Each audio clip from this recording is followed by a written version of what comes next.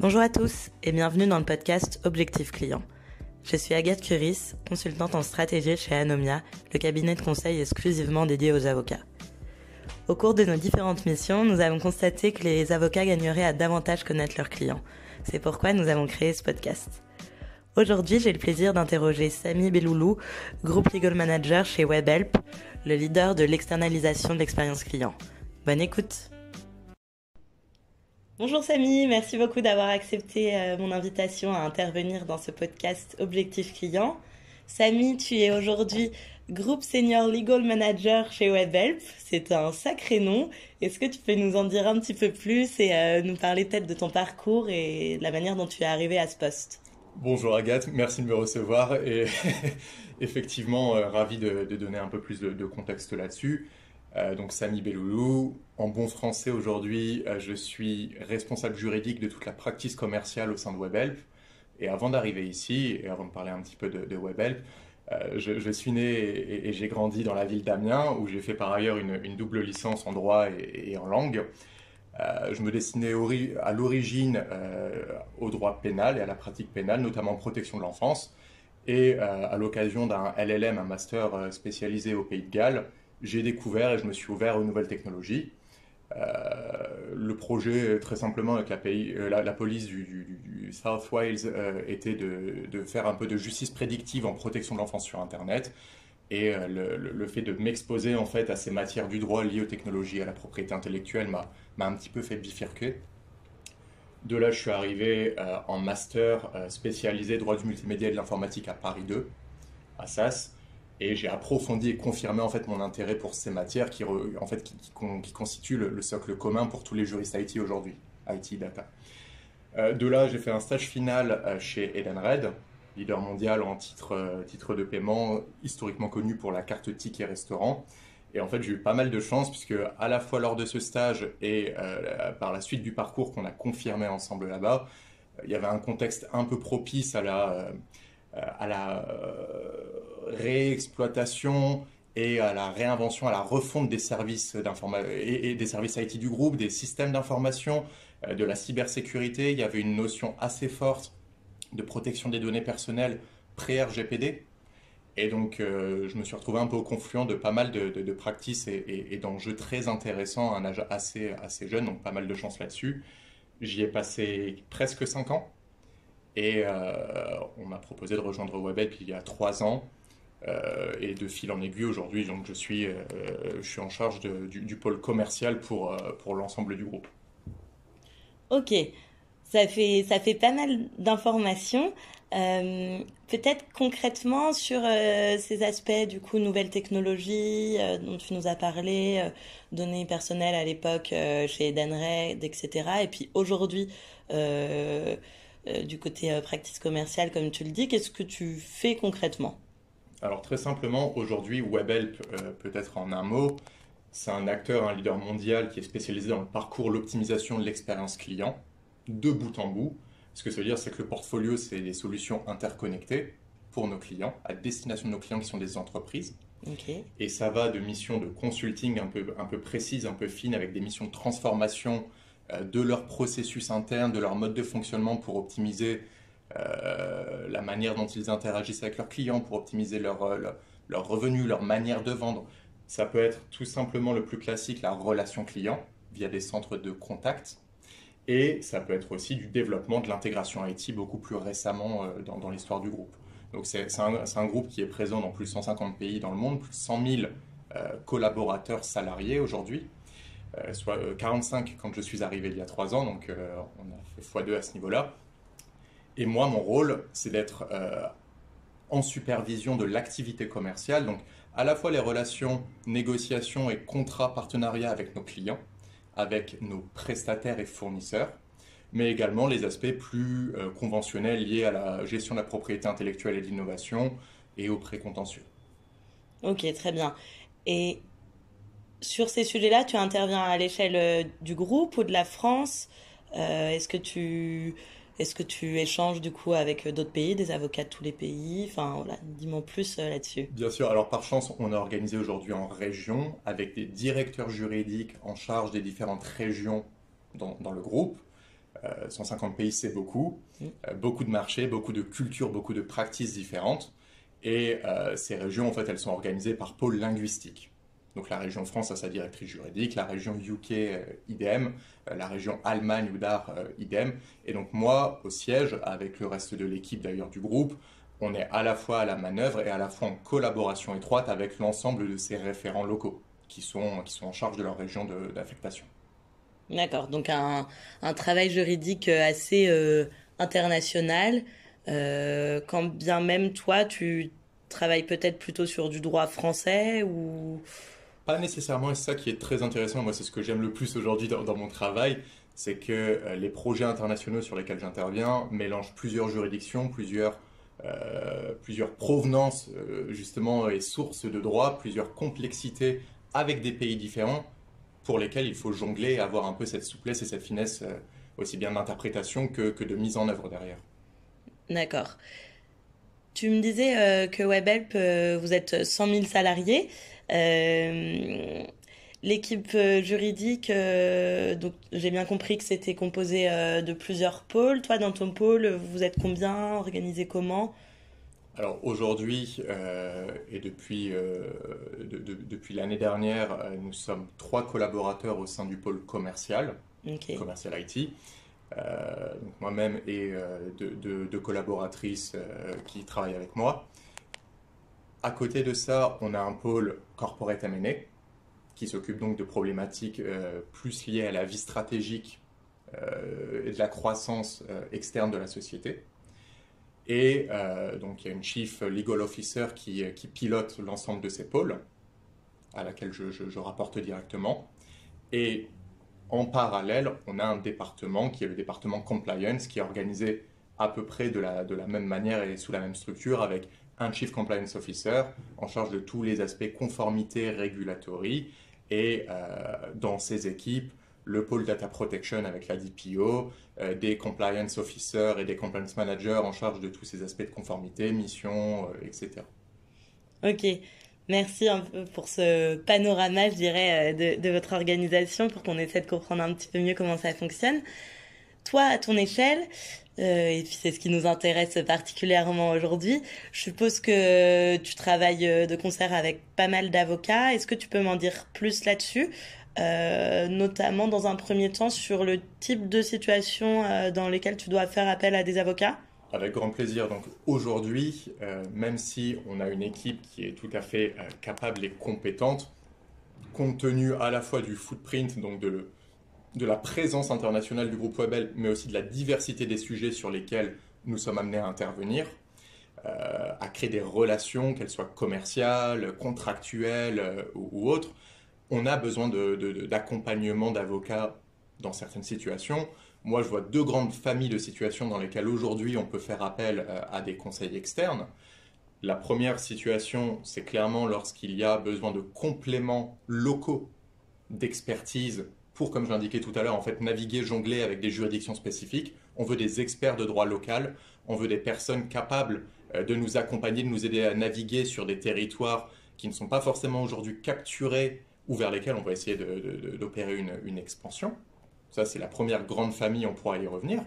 La deuxième, ce que je disais à l'instant, compte tenu de la diversité des solutions et de l'écosystème WebHelp et de ce que ça représente dans le monde entier pour nos clients, pour l'écosystème, pour nos partenaires, on a parfois besoin d'expertise ou de compléments d'expertise spécifiques. Que ce soit sur des sujets, on parlait tout à l'heure d'IT justement, des sujets d'intégration un peu complexes avec un fournisseur clé qui va sous-tendre l'ensemble du système d'information du groupe, que ce soit sur des problématiques ou des secteurs très réglementés, services de paiement, healthcare, donc tout ce qui est du domaine de la santé et du médical. On va régulièrement s'accompagner dans ces cas de figure d'avocats experts pour nous apporter des compléments d'expertise et nous aider à mieux naviguer et à traduire ça en des termes business qui soient cohérents avec la feuille de route et le cap du groupe WebHelp. Aujourd'hui, c'est ça. Très bien. Si je continue sur cette deuxième catégorie, je dirais donc les avocats plutôt experts.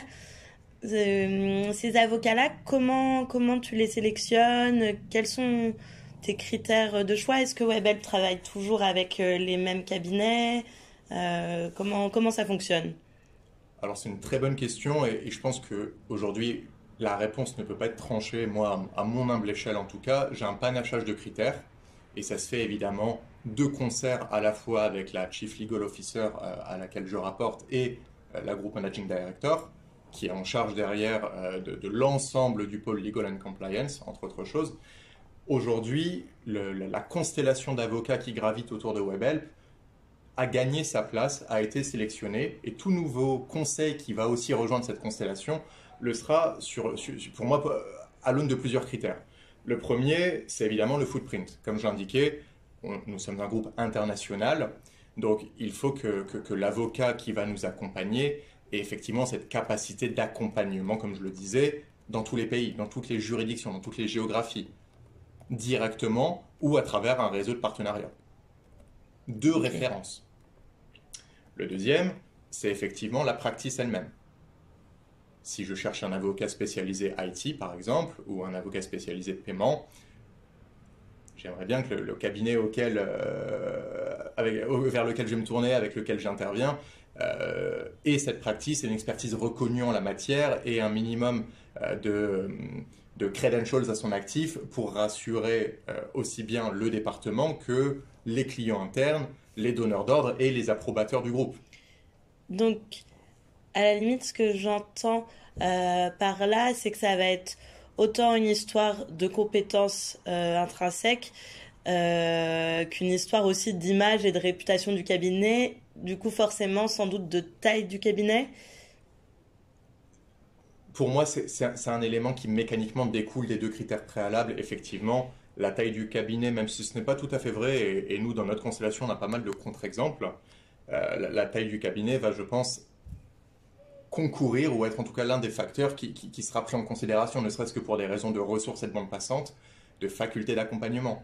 D'autres facteurs, par contre, plus importants pour nous, les recommandations au sein de notre propre réseau de confiance.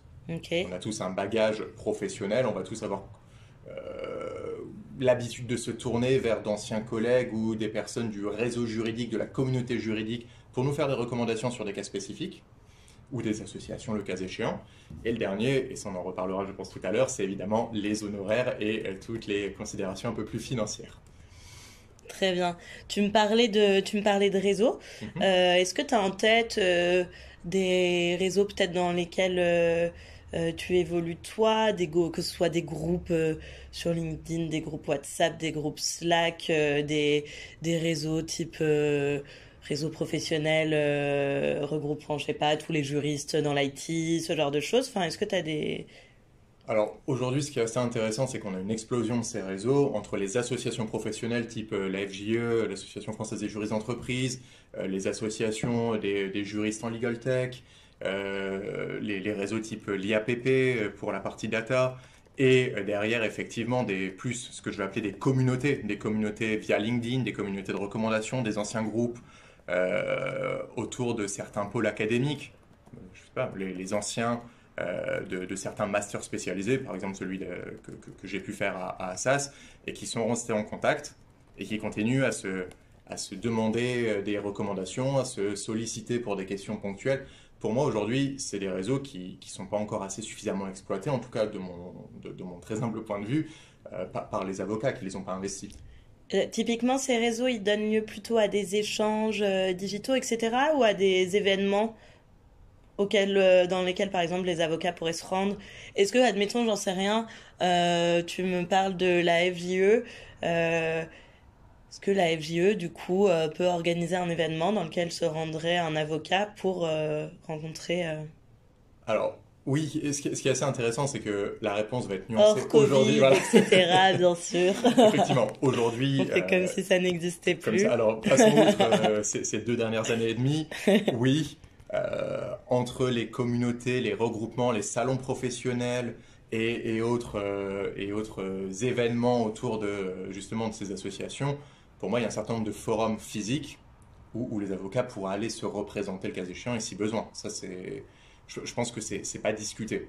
Maintenant, est-ce que en termes de reach, en termes d'atteinte de ces populations, c'est le bon format et forum, c'est pas à moi d'en juger. c'est pas à toi d'en juger, oui et non. Admettons que tu sois tu vas à une conférence ou à un salon sur je ne sais quoi et dans ce salon tu as une conférence qui est animée par un avocat qui te tape dans l'œil entre guillemets que tu trouves très compétent dans un secteur de niche dans lequel tu aurais des besoins. Est-ce que pour toi c'est quelque chose que tu peux garder en tête si par exemple cet avocat te recontacte par la suite, etc. Est-ce que toi ça va être un critère, enfin ou en tout cas un gage peut-être de qualité ou de réassurance à tes yeux, le fait d'avoir suivi une conférence de cet avocat et qu'il ait été... Bien sûr, et par ailleurs, j'ai quelques exemples réels et historiques où c'est arrivé à l'occasion justement de forums de Legal Tech il y a quelques années, et c'est des avocats que j'ai gardés dans mon réseau, avec lesquels j'échange encore aujourd'hui et qui sont clairement qui ont sorti leur épingle du jeu et qui sont un peu sortis du lot parce que je les ai croisés dans le cadre de ce réseautage et dans le cadre de ces forums. Donc oui, c'est vrai qu'il y a une efficacité réelle et assez redoutable là-dessus. Très bien. Donc ça, c'est pour le côté, du coup, plutôt rencontre en présentiel. Si on parle un peu du côté digital, je reste dans mon sujet conférence, en fait, te donner du contenu. Toi, en tant que juriste aujourd'hui, comment tu t'informes sur les évolutions du droit, etc. Enfin, déjà, comment tu t'informes? Est-ce que tu as des médias particuliers que tu suis régulièrement? Au-delà du journal de Mickey? Au-delà du journal de Mickey. Très bien, qui est comme qui est de la grosse vulgarisation du droit. Bien sûr. Alors, très simplement et plus sérieusement, il y a plusieurs éléments, moi, qui me permettent de rester à jour. En interne, on a mis une veille juridique avec le département et les autres régions, comme je l'indiquais tout à l'heure. C'est de la collaboration et de la veille assez active pour se tenir informé des grands mouvements réglementaires normatifs.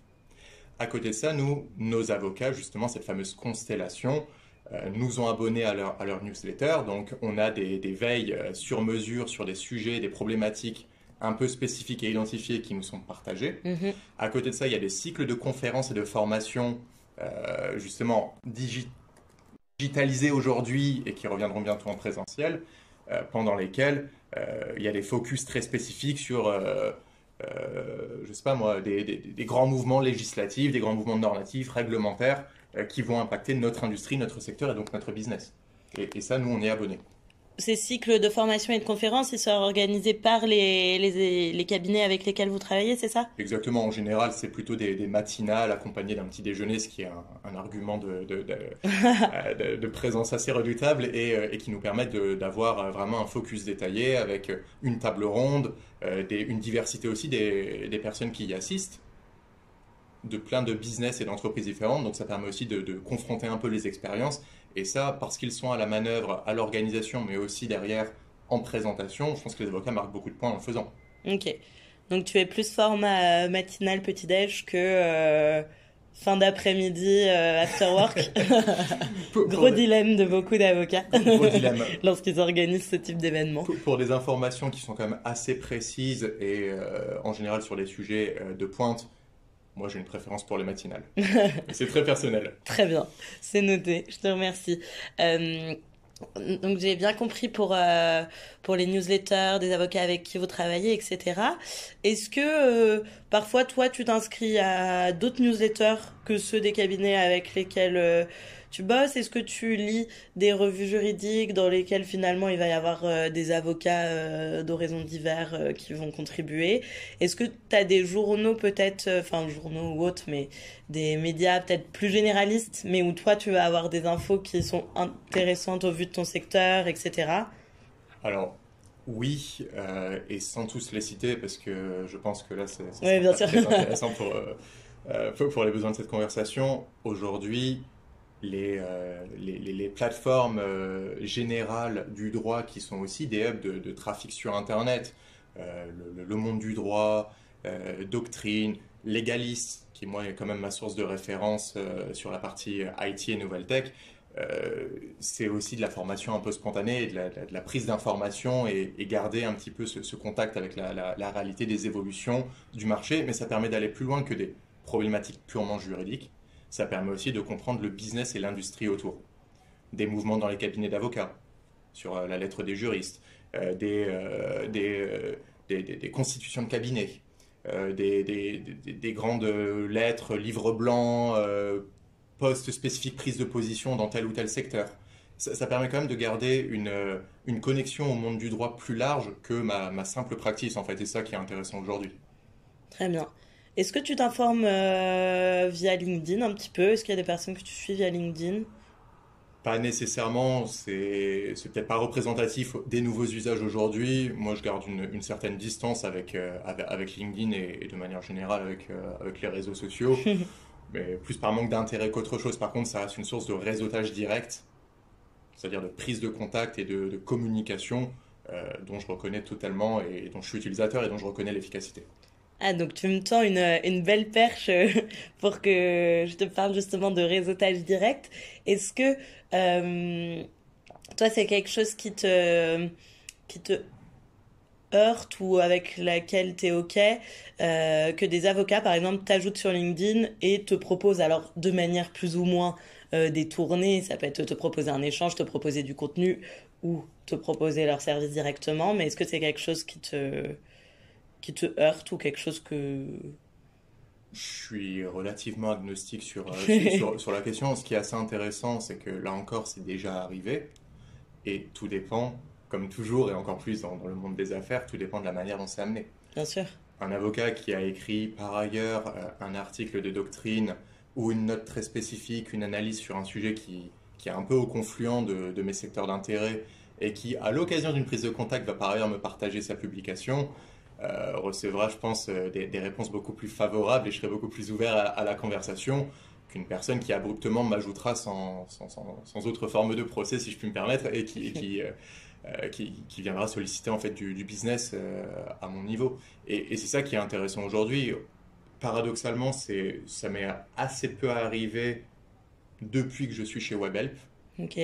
J'ai noté un ralentissement de ces sollicitations directes, mais c'est quelque chose pour lequel je suis tout à fait ouvert et tout dépend encore une fois de la manière dont c'est amené. En fait, ce qui t'importe, c'est qu'on te fournisse du contenu intéressant, à la fois, bah, parce que toi, tu as quelque chose à y gagner, etc. Et peut-être aussi que c'est une manière pour l'avocat de te démontrer son expertise ou... Bien sûr, Ouais, puisque c'est l'avocat qui souhaite remporter et ajouter un nouveau client à son portefeuille de clientèle. Il ne faut pas oublier qu'aujourd'hui, je ne suis que le responsable juridique, ce qui signifie que la chaîne de validation va au-dessus de moi. Les budgets sont approuvés au plus haut niveau. Donc si je dois convaincre ou me faire le porte-voix de mon avocat pour l'intégrer dans notre fameuse constellation, il faut que j'ai, si je puis dire, une offrande à présenter par ailleurs, et c'est tout à fait normal. Il faut qu'un avocat qui n'est pas référencé chez nous puisse démontrer en fait sa compétence et le fait que l'on puisse travailler avec et qu'il puisse nous accompagner sur les problématiques qui sont les nôtres. ouais, bien sûr. Justement, sur cet accompagnement, là, on a beaucoup parlé un petit peu de comment trouver ses avocats et puis la prise de contact avec ses avocats, etc. Une fois que tu bosses avec les avocats avec lesquels tu travailles, comment ça se passe? Quels sont pour toi les critères qui vont faire que tu vas considérer que la collaboration se sera bien passée? Enfin, est-ce que tu peux m'en dire plus là-dessus? Bien sûr, alors ça va se passer en plusieurs temps, évidemment. Le premier temps, et qui est quand même une brique essentielle pour la suite du partenariat et de la collaboration, c'est l'onboarding. Un avocat qui ne connaît pas WebHelp aujourd'hui et qui viendrait à travailler avec nous à l'avenir, le cas échéant, va devoir comprendre notre écosystème, nos enjeux, notre positionnement très spécifique aussi dans une industrie qui n'est pas forcément la plus maîtrisée sur le marché, et comprendre également si je puis dire, les flux de prise de décision, les chaînes de commande et les clients internes. Je vais être tout à fait explicite là-dessus. Moi, ce que j'attends d'un avocat aujourd'hui, c'est qu'il puisse me remplacer.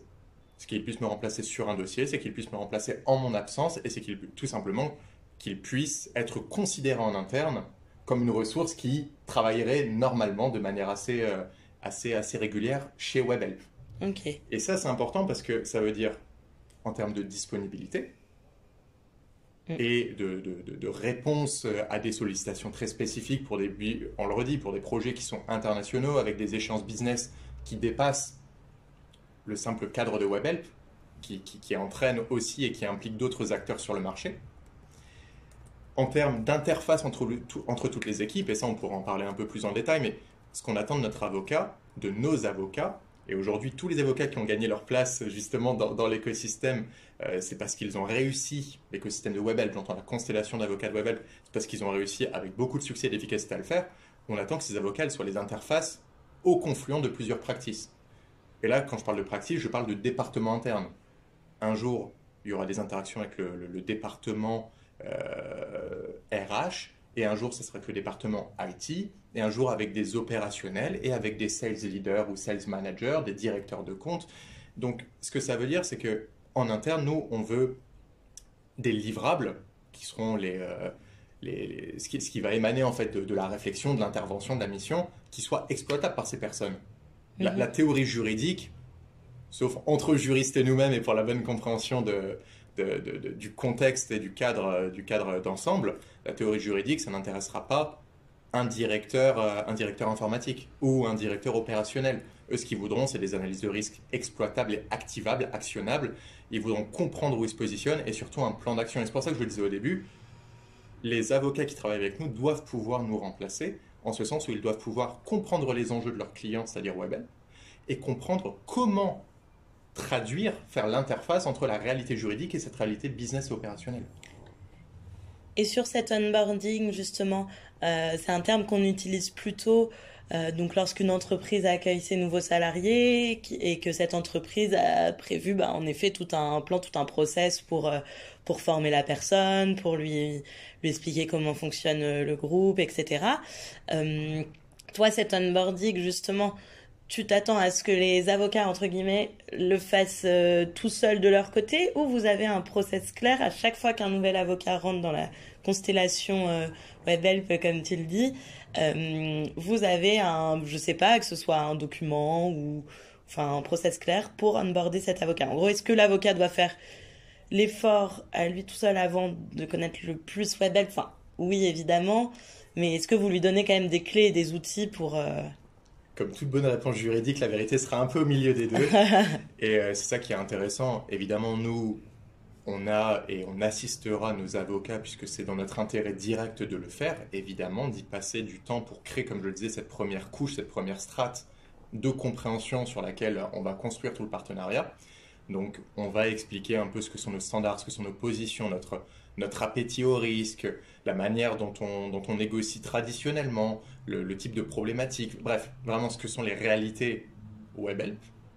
Et on attend également une part de proactivité de la part de nos avocats, ce qui est tout à fait normal compte tenu de leur rôle par ailleurs, en termes de questionnement, de remise en cause, de challenge, de compréhension d'ensemble en fait. Et c'est pour moi c'est la tension entre ces deux réalités qui va créer de la discussion qui va générer la suite. Ouais, je comprends. Et pour toi, jusqu'à maintenant, est-ce que tu as eu le sentiment que globalement les avocats avec lesquels vous travaillez sont assez sensibles et sensibilisés, je dirais, aux enjeux business, alors à ceux de WebHelp et puis aux enjeux business en général, puisque je suppose que les enjeux que rencontre WebHelp peuvent se rencontrer ailleurs également. Ou est-ce que tu sens parfois un petit gap, je dirais, entre la vie quotidienne d'une entreprise et les avocats qui bossent pour?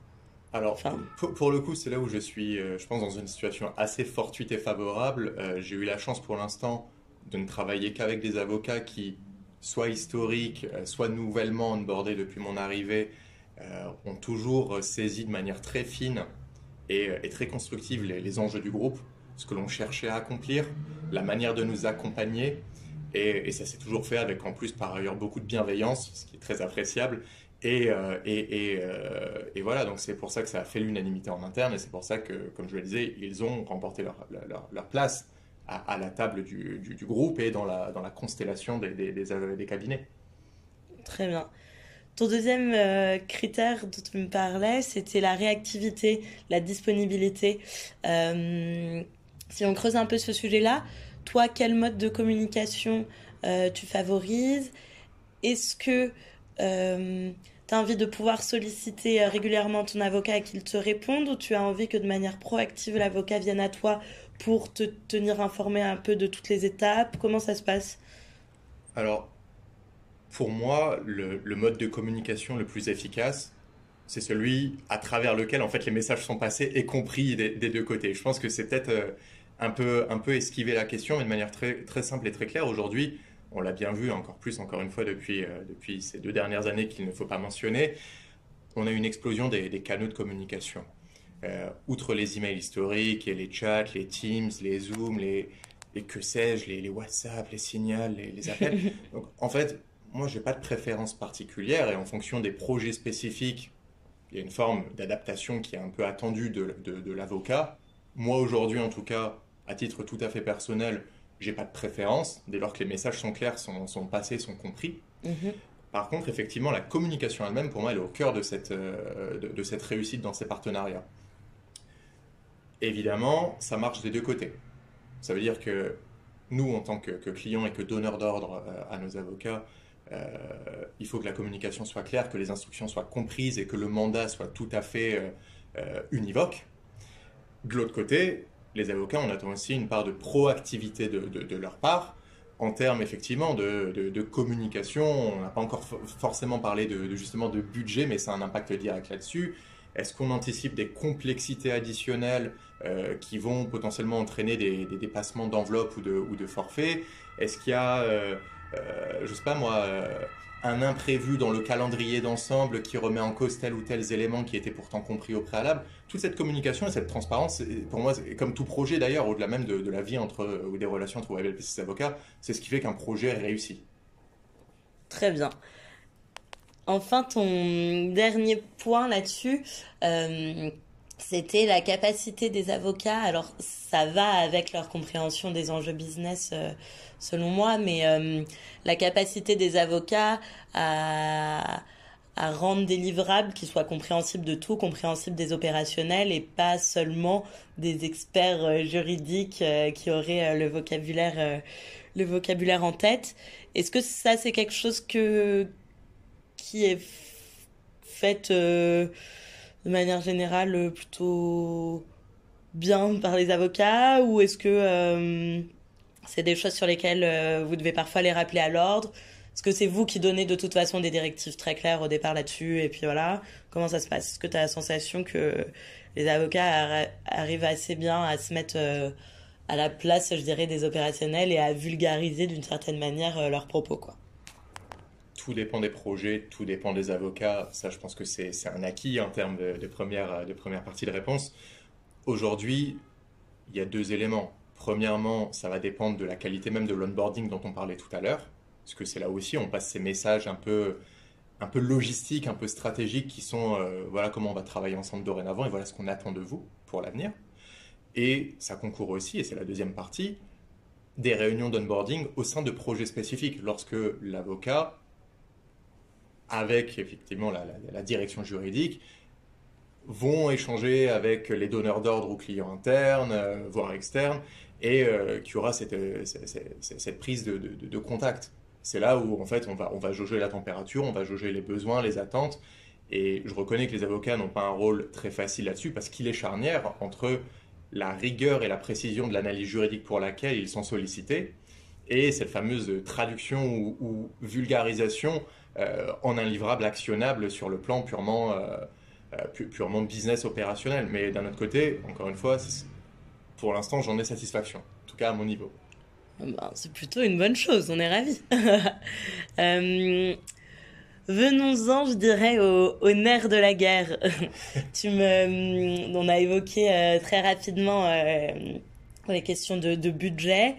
Euh, Aujourd'hui, toi, quels sont tes critères lorsque tu travailles avec des avocats sur ce point-là, en termes de prévisibilité du budget, du coup en termes de mode de facturation, etc. Est-ce qu'il y a des critères qui sont favorisés plutôt que d'autres? Oui, aujourd'hui, je pense que tout client préférera la prévisibilité, notamment sur des postes de dépenses qu'il faut aussi justifier en interne avec un top management, en bon gestionnaire qui va s'interroger sur ce besoin, et ce qui est tout à fait normal. Pour moi, ça concourt aussi de la réponse que je fournissais tout à l'heure, qui est de dire, on attend d'un avocat son expérience préalable, ses références, mais aussi son expérience.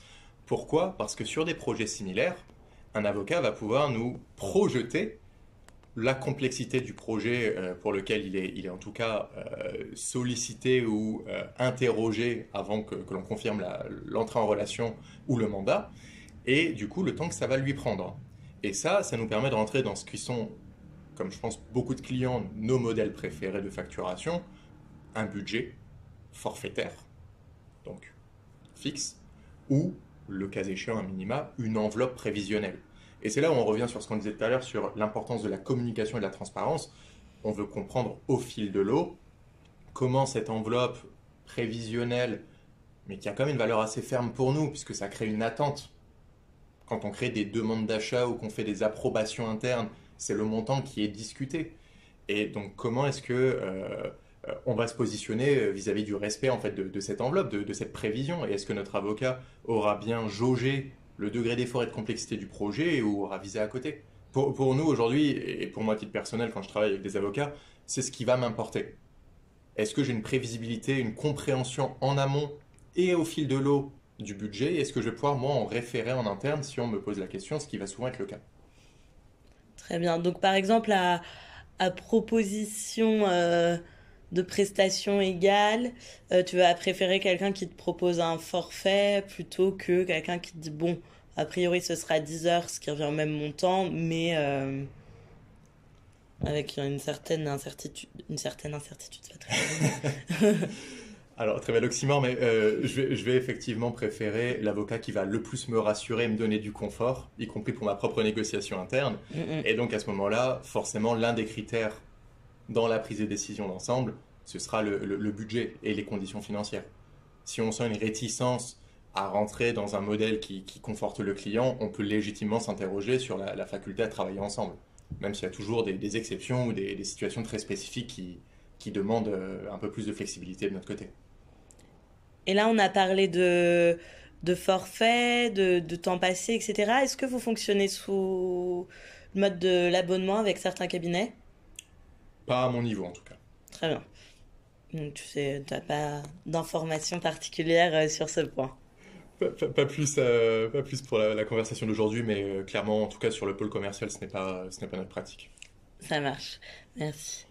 Euh, Question un petit peu finale, je dirais. Alors, j'ai bien compris que tu étais globalement très satisfait des avocats avec lesquels tu avais pu travailler jusqu'à maintenant chez WebHelp.